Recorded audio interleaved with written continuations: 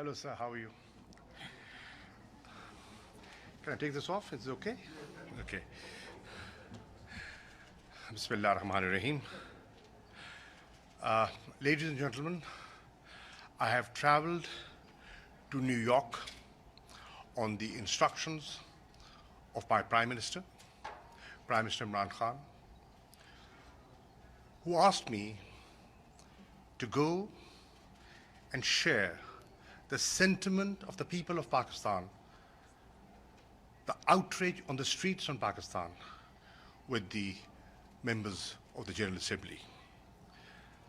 Before leaving, I was armed with a unanimous resolution of Pakistan's Parliament, which I've shared with other foreign ministers who I met last night. In my statement, I have made 6 basic points. 1, immediate cessation of hostilities. 2, provision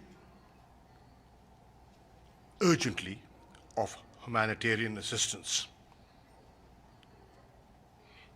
3, condemnation of Israeli violations of international law. 4, accountability for such violations. 5, international protection of Palestinians, a protection force. I've suggested that. And the last point, 6th,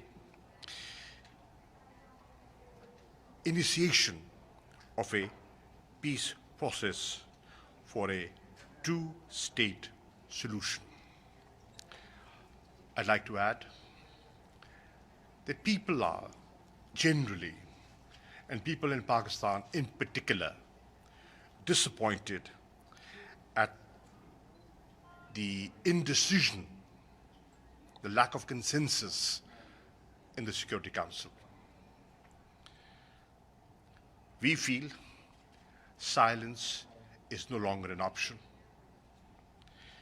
because enough is enough.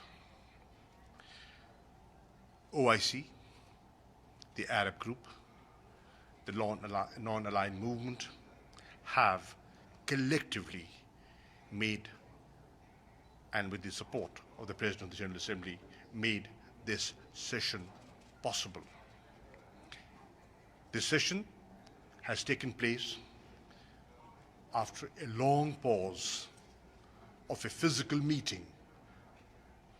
There were virtual meetings going on, and we did not have, we didn't have a physical presence, of Anga.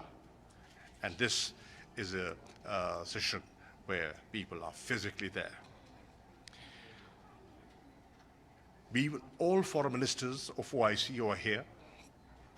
We will be meeting the President of the General Assembly this afternoon to consider joint action. Thank you.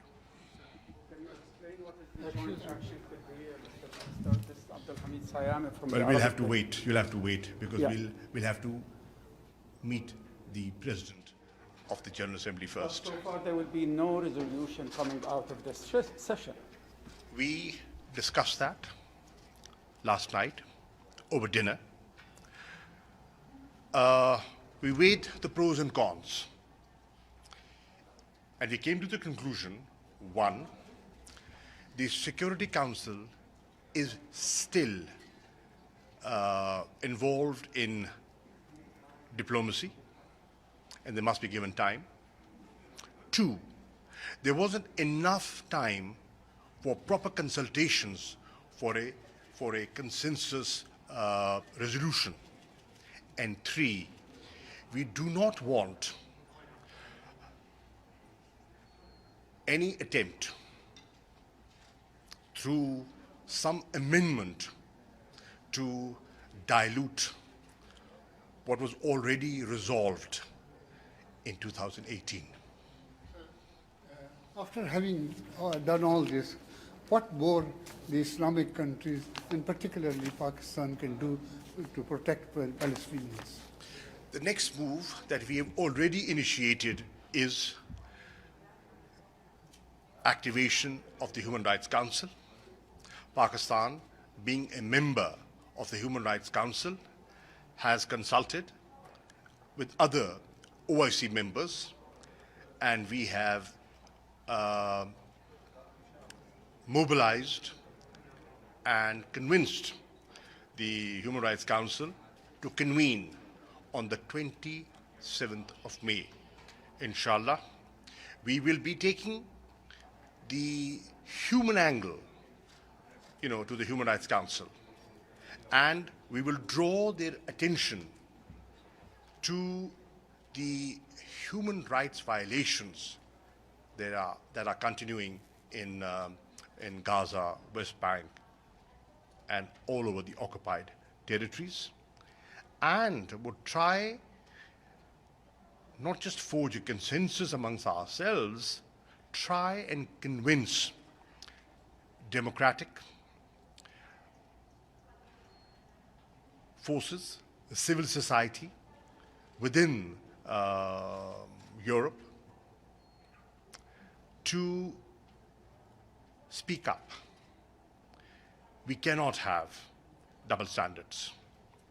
If human rights are being violated in Gaza, and can't you see that? It's being reported. And today, the world has changed. You can control print and perhaps even electronic media. You can influence them. But today, it is impossible to influence the citizen journalist, the individual right there in Gaza, sharing clips that has shaken the conscience of the world. Today, what you see on the streets, what you see in Michigan, what you see in Chicago, what you see in Madrid, what you see in Berlin, what you see in Paris, what you see in London, it's not the motivation of the governments. It's the people. It's the people that's moving the governments to revisit, reconsider their positions and speak up. On the humanitarian front, talking about international force to provide protection to the Palestinian people. The Turkish foreign minister also talked about similar idea. Is this a coordinated position between Pakistan and Turkey and maybe others? And are you discussing this idea with the U.S.? We are working collectively from the OIC platform. And every proposal that we intend to make must be and should be through the OIC platform. Sir, is there any parallel you see between the tragedy of the Palestinian and Palestine and that of Kashmiri people under occupation? When I look at the tragedy in Gaza and the occupied territories, it draws my attention to the Indian-occupied Jammu and Kashmir. What are people demanding over there? Self-determination. What are people afraid of over there is demographic restructuring, exactly like this.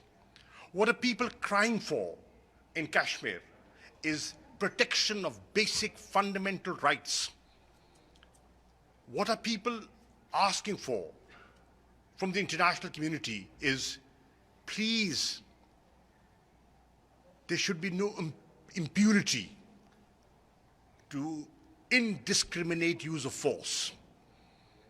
What are people saying? What are people crying out over there? That we are suffering a double lockdown, a COVID lockdown, and we are under a military siege of the most militarized zone in the world. So obviously there are similarities. So how do you evaluate the United States, which is reluctant to the agreement in the Security Council? Well, I think the Biden administration is actively engaged. I had a word with Secretary Blinken. I spoke to him from Pakistan, and we had a telephonic conversation, and he informed me that their representative was in the region trying to